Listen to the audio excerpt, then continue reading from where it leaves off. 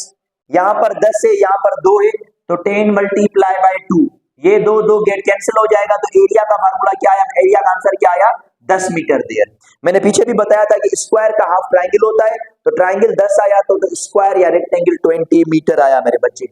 चले उसके बाद हम एक और कैलकुलेशन की तरफ जाएंगे। कौन सी कैलकुलेशन है, हमें ये कैलकुलेशन दी गई स्पीड टाइम के अंदर। एक ये वाला ग्राफ हमें दिया गया, उसके बाद हमें ये वाली लाइन दी गई, नेक्स्ट हमें जो ग्राफ दिया गया मेरे बच्चे वो ये दिया गया, ठीक है। स्पीड की कुछ वैल्यू लिख लेता हूं मैं यहाँ पर 10, उसके बाद ये 2 है, उसके बाद ये है 5 देयर, ठीक है मेरे बच्चे।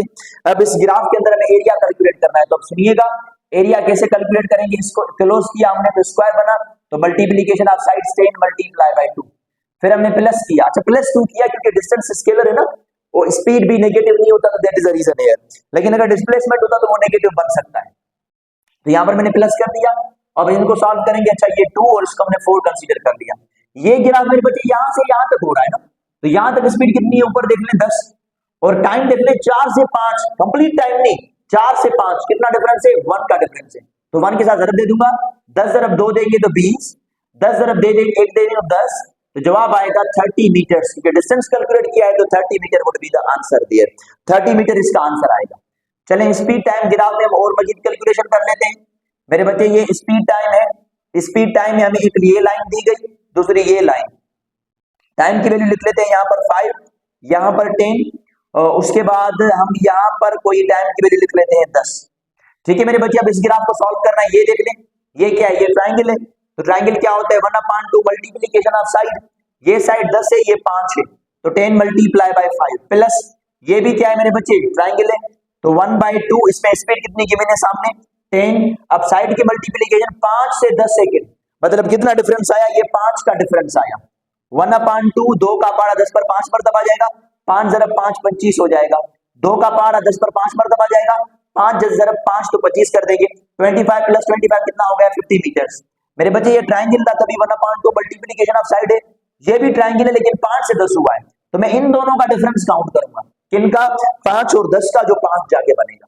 ट्रेपेजियम पर एक क्वेश्चन करवा देता हूं मैं आपको, ट्रेपेजियम पर कैसे देख लें, ये स्पीड टाइम ग्राफ है, ये हमारे पास एक ग्राफ दिया गया ट्रेपेजियम का, यहाँ पर 10 स्पीड है, यहाँ पर टाइम है 2, यहाँ पर टाइम है 4, यहाँ पर टाइम है 5, इसका करना है एरिया कैलकुलेट, फार्मूला बताया था मैंने 1/2 a plus b into h, A और बी क्या है, पैरेलल साइड्स मेरे बच्चे, ये ऊपर वाली लाइन है जो यहाँ से स्टार्ट हो रही है यहाँ पर खत्म हो रही है, ये नीचे वाली लाइन बी थी, ये ऊपर वाली लाइन ए, अब ऊपर वाली लाइन को नीचे वाली लाइन के साथ देखेंगे, जरा बहुत सुनिएगा, ये लाइन यहां से स्टार्ट हो रही है, तो टाइम देखें कहां से स्टार्ट हुआ है, 2 से, ये लाइन यहां पर खत्म होती है, कहां से स्टार्ट, कहां पर खत्म हुआ है, 4 पर, तो 2 और 4 के बीच में डिफरेंस कितना है, 2 का, तो मैं करूंगा कि भाई 1/2 ये 2 हो गया, ए बी कितना है, ये पूरी लाइन जो 0 से शुरू हुई और 5 पर खत्म हुई, तो +5, देखिए ना दोनों टाइम लेने तभी तो ऐड होंगे ना, एक स्पीड एक टाइम लूं तो ऐड नहीं हो पाएंगे, तो एक ये लाइन है और ये जो लाइन आप देख रहे हैं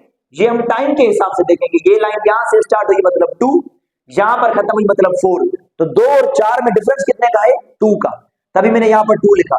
बी वाली पूरी लाइन है जो 0 से स्टार्ट हुई 5 पर खत्म हुई 5, अब सेपरेशन उनके बीच में क्या है, ये वर्टिकल हाइट, और वर्टिकल हाइट वाई एक्सिस से देखें तो 10 लिखी पड़ी है, तो ये 10 हो गई, 2 का पारा 10 पर 5 मरतबा जाएगा, 2 + 5 कितना हो जाएगा 7, ज़रब दे देंगे 5 से, so answer will be 35 metre there. तो मेरे बच्चे ट्रेपेजियम का एरिया इसी तरीके के साथ कैलकुलेट किया जाता है, एक ही जगह पर 10 आपने नहीं लिखना, क्यों नहीं लिखना सर, क्योंकि भाई ए को टाइम लेंगे तभी तो बी को टाइम ले रहे हैं ना, टाइम टाइम के साथ ऐड होता है, स्पीड के साथ ऐड नहीं होता, तो ये ए वाली लाइन हम नीचे वाली लाइन के कंपैरिजन से देखें। तो मैं उम्मीद करता हूं कि आपको आइडिया समझ में आ गया होगा, अगर इनके बेसिस पर कोई भी आपका डाउट या कोई भी आपका क्वेश्चन रहता है तो आप कमेंट सेक्शन में पूछ सकते हैं, इंशाल्लाह आपसे फिर नेक्स्ट लेक्चर में मुलाकात होती है, टॉपिक होगा इक्वेशन ऑफ मोशन, मैं समझता हूँ मोशन इन वन डायमेंशन का आखिरी टॉपिक होगा, तब तक के लिए अपना ख्याल रखें और अल्लाह हाफिज।